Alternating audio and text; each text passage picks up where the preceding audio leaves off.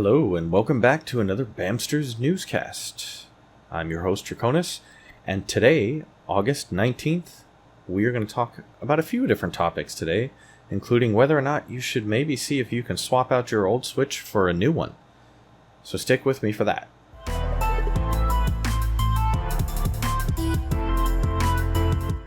So first up, a quick little update to a story we reported on, I don't know, maybe a couple weeks ago at this point. Doom 1 and Doom 2 won't require login anymore. When they were first deployed, one of the things that was kind of funny, I think this was around QuakeCon, these were games that never really had a multiplayer component to the story game mode, and it was set up that they wanted you to log in because there was some kind of rewards you could earn through their Slayers Club. But I guess unintentionally or otherwise, it became almost a more or less a mandatory requirement. So now Doom 1 and Doom 2 have been updated. Basically, the devs came out, or Bethesda tweeted out, said, "We've deployed a patch for the re-release of Doom and Doom 2, which now adds an option to skip the Bethesda Net login requirement and removes disconnect notification during gameplay. So now you can load those games up and you don't have to worry about logging in." Next up, looks like we kind of, sort of, are getting a new Star Trek VR game. Only drawback to this one, well, I guess there'll be some argument as to whether it's the only drawback, depending on whether or not you're a fan of the Star Trek Discovery show, but the biggest drawback I would say to this is this isn't something you're going to be able to sit in the comfort of your home and play. This is being geared as a multiplayer or group experience. It was put together by CVS Interactive and Sandbox VR. And basically, it's only going to be available in Sandbox VR locations across the US sometime later this fall, and then will later come to locations in Asia. The trailer itself states that you're going to see some familiar faces, and Mary Wiseman, the voice of, well, in this case, the voice of, but the actress who plays Sylvia Tilly, is said to be in that, though it doesn't necessarily say what she will be doing other than reprising her role as Tilly. So I'm kind of expecting that she's probably going to act as some kind of lead, maybe over the comms type thing, guiding your group through the missions. You'll get to use tech like the tricorders and phasers, and they're even hinting, well, rather blatantly hinting that you're going to be facing off against Klingons and other enemies as you try to survive, hostile planets.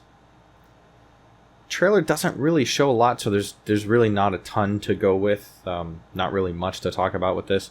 I haven't actually seen or participated in any prior Sandbox VR stuff, but if you're near one of those and you're a fan of Star Trek or you're looking for something new to do there, it could be something worth checking out. Now, the big story over the weekend has been the kerfuffle that's been going on between the developers of Apex Legends and the users over on Reddit. And basically, they just recently started their Iron Crown event, which some folks have been kind of hilariously calling it the Iron Whale event, because it didn't take players long to realize that if you wanted to be able to gain and earn access to all the stuff that the event was offering, you were going to have to spend $170 on it. And hence the Iron Whale comment.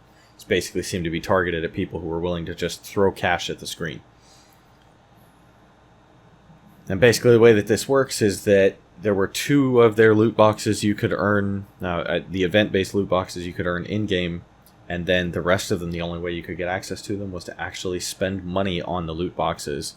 And then when you finally got all, I think it was 24, there was a special axe you could get for Bloodhound, and then that ended up costing the in-game funds equivalent of, I guess, an additional, I think it was $10.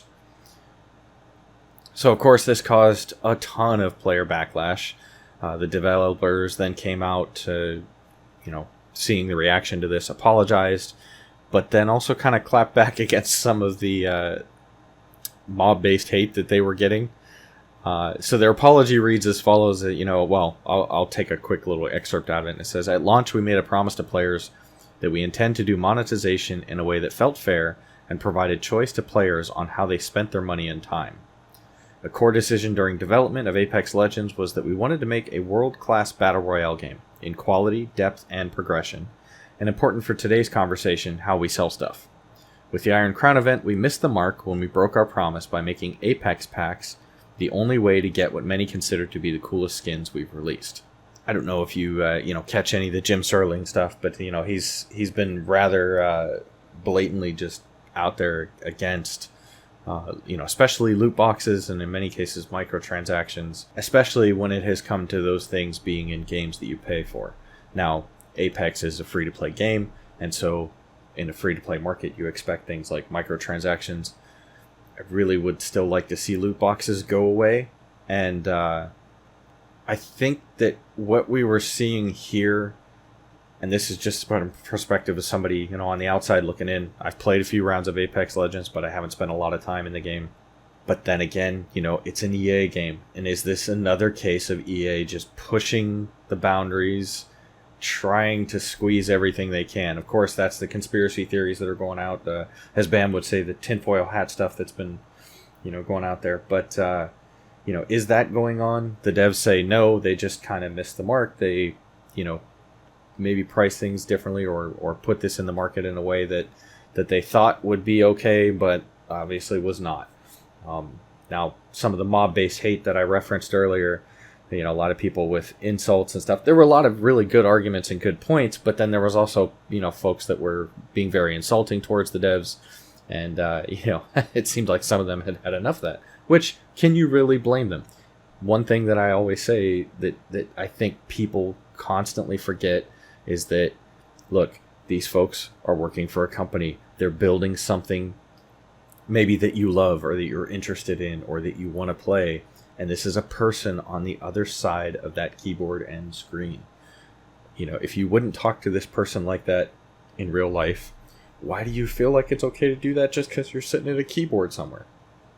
So, it makes sense to me that after a while, they're tired of it. They've had enough. But I don't think that the way that they responded was a constructive way either. One of the devs posted that he says, "I've been in the industry long enough to remember when players weren't complete asshats to developers, and that was pretty neat. I forged a bunch of long-lasting relationships from back then. Would be awesome to get back there, and not engaging with toxic people or asking how high when a mob screams jump is hopefully a start." Which I think is very aware right there of a mistake that was made. But also, it's being aware of a mistake that was made by developers engaging with, say, the hate mob, but also insulting them within the same set of sentences there. Come on. Realistically, I think don't engage with the hate mob. They put the apology out there. They're changing the way that this is going to work going forward, and that's what you do. But if people are willing to engage in civil conversation, I hope that the devs will, still do that and, leave the insults out of it. Because realistically, guys, if you are going to talk to someone who's going to work on something and you want them to actually hear what you have to say, insulting them is never the way to go. But the devs have called this whole thing a huge learning experience. So I guess we'll see where we go from there. Next up, something I saw that I thought was rather interesting. I liked it was an article why one indie dev has turned down the Epic deal. This would be the exclusivity deal that Epic has been offering a lot of indie devs and, well, in some cases, some AAA devs. But the indie developer behind the title Dark, D-A-R-Q, has basically been working on the game for about 3.5 years, mostly solo, but with some help along the way. They decided to stick with their Steam release. And basically the reason that they said that they were doing that is because they didn't want to throw out any credibility that they might be building up with this. And the reason why he said that and why he felt that, it had to do a lot with his studio's credibility was because they posted a Steam release date announcement on the 27th. So they did a full trailer announcing that their release date on the 27th of July. 3 days later, Epic contacted them and said, "Hey, we want you to come to the Epic Game Store and go exclusive." Now, the game has been listed on Steam since late 2018, so it's not like it just came out of nowhere. It's not like it was just on Kickstarter with some new trailer. It's been around for a while, and then they released. I keep saying released.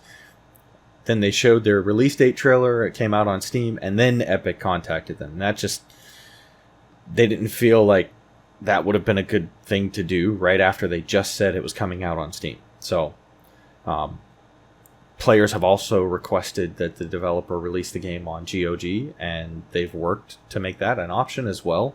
And when they were contacted by Epic to go exclusive, they turned down the option of going Epic exclusive, which meant turning down the cash. But they asked about the option of still releasing the game on the Epic Game Store. And apparently the representative from Epic said that that wasn't going to be an option. Now, it sounds like this might be because it was an indie title and not some big AAA studio title. But that's still pretty sad. I mean, for Tim Sweeney to be out there talking about how he wants there to be options for players, and that's why they're doing this exclusive thing to build up their storefront and give gamers more options and put competition out there.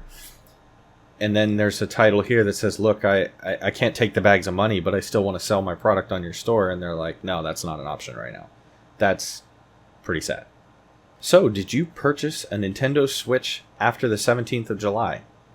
If you did, and you're interested in getting the upgrade now, you may be able to do that at the small price of paying return shipping costs. It looks like several folks have contacted Nintendo's customer support in an effort to see if they could basically switch out their Switch for the new version. Now, the newer version, I guess, has an upgraded processor that extends the battery life around 2.5 hours, potentially. The screen is also slightly brighter, and apparently the system gives off about 5 degrees Fahrenheit less heat.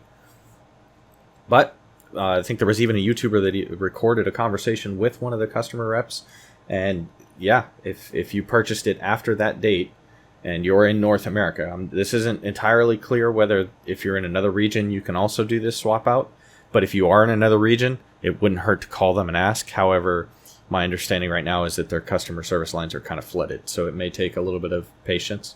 But, if you bought a Nintendo Switch and you want to upgrade to the one with the newer processor and you purchased it after the 17th of July, give them a call. Find out if you can switch it out, and then you'll get the newer one, and all you have to do is pay for the return shipping.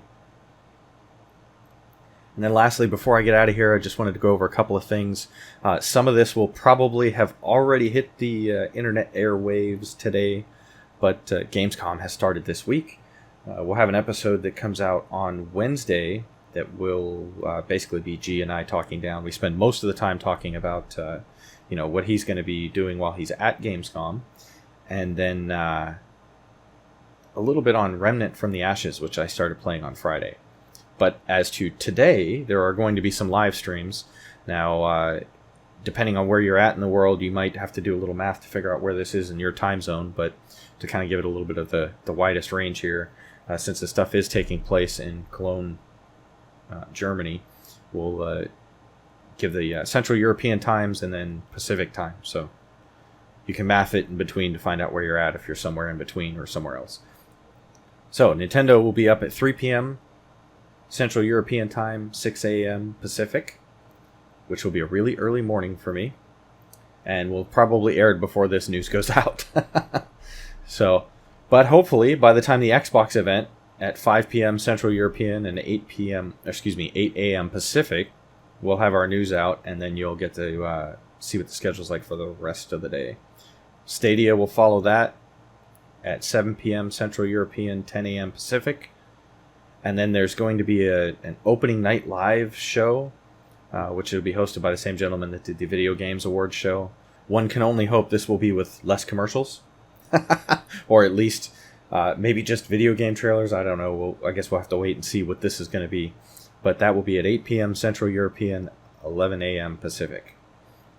And then lastly, THQ Nordic is going to be hosting some live streams throughout the week. That'll be between the 20th and the 24th. They're intending to showcase off 13 games, have some dev talks, and this will all be on their Twitch and YouTube channels, which we will also make sure to have linked in the description. As always, thank you for sticking with me. Hope that this was entertaining.